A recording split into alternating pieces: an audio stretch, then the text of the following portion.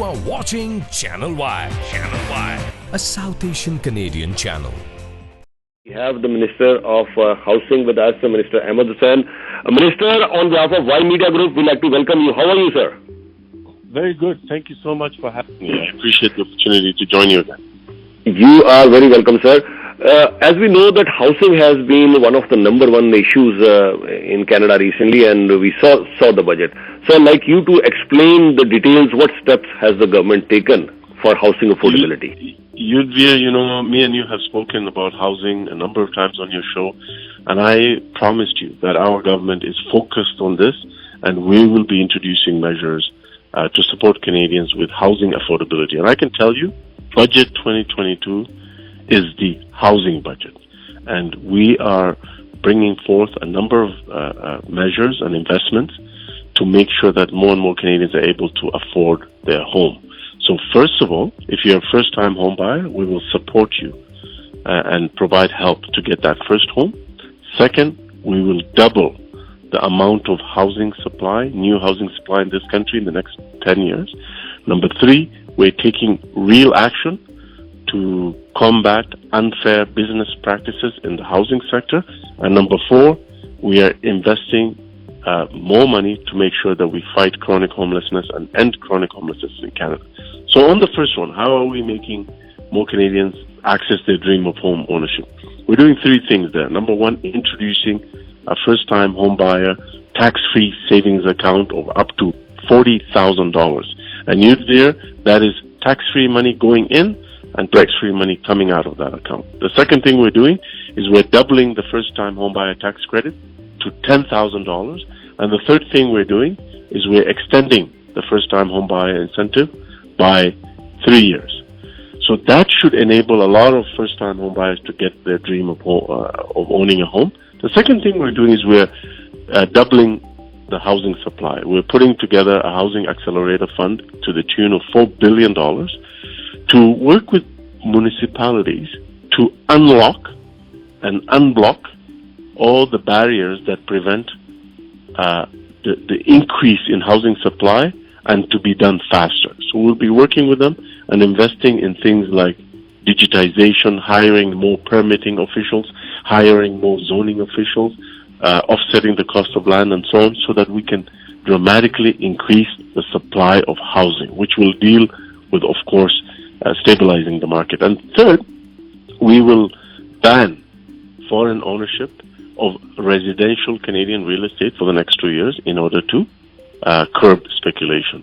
Those are some of the things we're doing. We'll also end blind bidding and introduce a home buyer bill of rights, which is something that we promised to Canadians during the election campaign. So this is about really helping Canadians acquire that first home, building more homes, and curbing those unfair business practices. Right. As much as all these points are good, and we welcome all these steps taken by the federal government, but there's also discussion that one of the major issues has always been the supply and demand. Very much under your own jurisdiction, what can the government do about that? Oh, a lot. As I said, we will invest, because you see, the problem is a lot of municipalities do want to increase supply, but they lack the capacity. So some of them, for example, have paper-based systems, and they would like to move to digital-based systems that can do things faster. So we will help them do that. We will invest in building their capacity to do more. Some of them require help to hire more permitting officials, to hire more zoning officials, to help them put incentives to build more intensive housing, build around transit. The federal government provides a lot of transit investments to provinces and territories. We will tie housing outcomes to those investments so that we can leverage federal investments in infrastructure for housing. The cost of land is another barrier. So through the Housing Accelerator Fund, one of the things that municipalities can do is offset the cost of land by applying to that fund and getting compensated if they also commit to build more housing and more affordable housing as well. So there's a lot we can do, and we're determined to do it in, of course, collaboration and partnership with provinces, territories, and municipal governments. As you know, we have some tools, Yudhvir, but the province has some tools. The municipality has a lot of tools And in fact, a lot of the last stage decisions around permits and zoning and when things actually get built are with the municipality. So what we are saying is we need more housing supply in this country, especially with more immigration. And so the federal government will take leadership and will put resources and investment to get the other orders of government to move and work with them. And that's exactly what we're doing with Budget 2022 investments. Right. Last two questions. One is if you could touch a little bit more upon the affordable housing for seniors, and then one last question on diversity.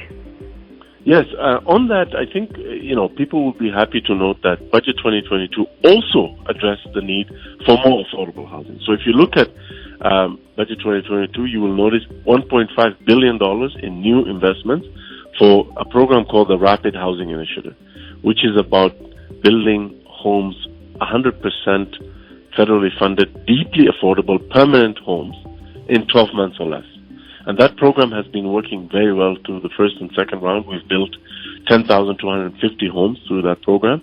One of the target populations that program helps is seniors.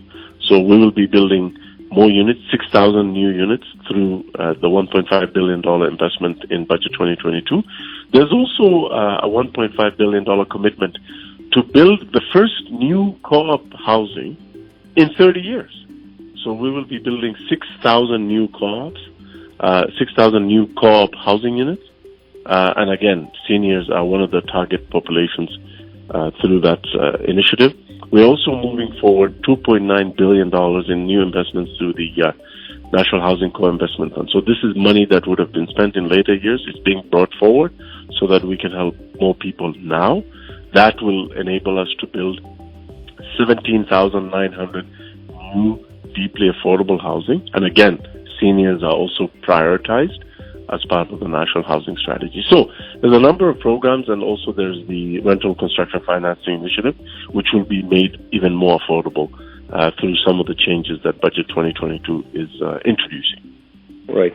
Since other than housing, you're also the Minister for Diversity and Inclusion. Minister Sen, would like to ask you highlight a little bit more the money the government is spending as far as fighting racism is concerned.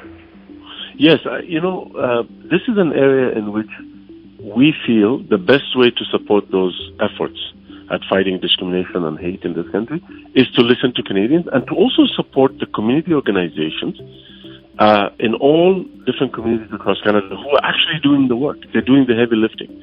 So sometimes it's important for, instead of government to do that work, to get out of the way and actually support those who are doing it so that they can do more of that good work. They've been doing it for so many years. They have the credibility. And we are supposed to help them so that they can increase their impact. So we're doing exactly that.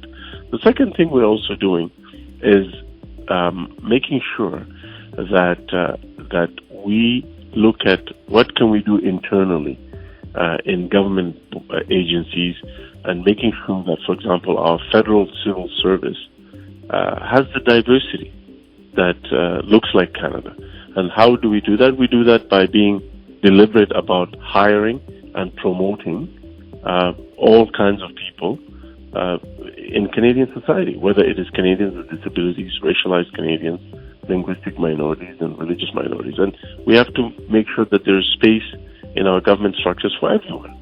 And that diversity is and will continue to be a really important source of strength for our civil service. And finally, it is providing leadership to put together a comprehensive plan to tackle online hate. What happens online has real-life implications. So we need to tackle online hate, and our government is determined to introduce new legislation to really combat the online hate that is mainly distributed through social media.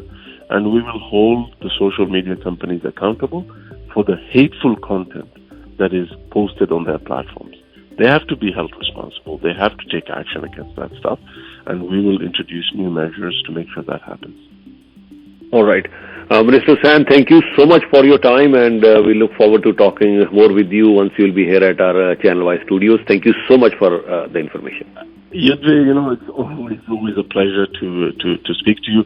Y Media has been a leader in the community throughout the COVID pandemic to update people on the latest health information, but also you've been really good at explaining to the community the latest government efforts to help people throughout COVID. So I want to thank you for that. And I want to also, of course, I look forward to celebrating Vaisakhi with you as well. Thank you. Looking forward to see you at Vaisakhi. Happy Vaisakhi and happy Sikh Heritage Month. Thank you so much. Thank you so much. Bye-bye. Take care. Bye-bye. You are watching Channel Y, a South Asian Canadian channel.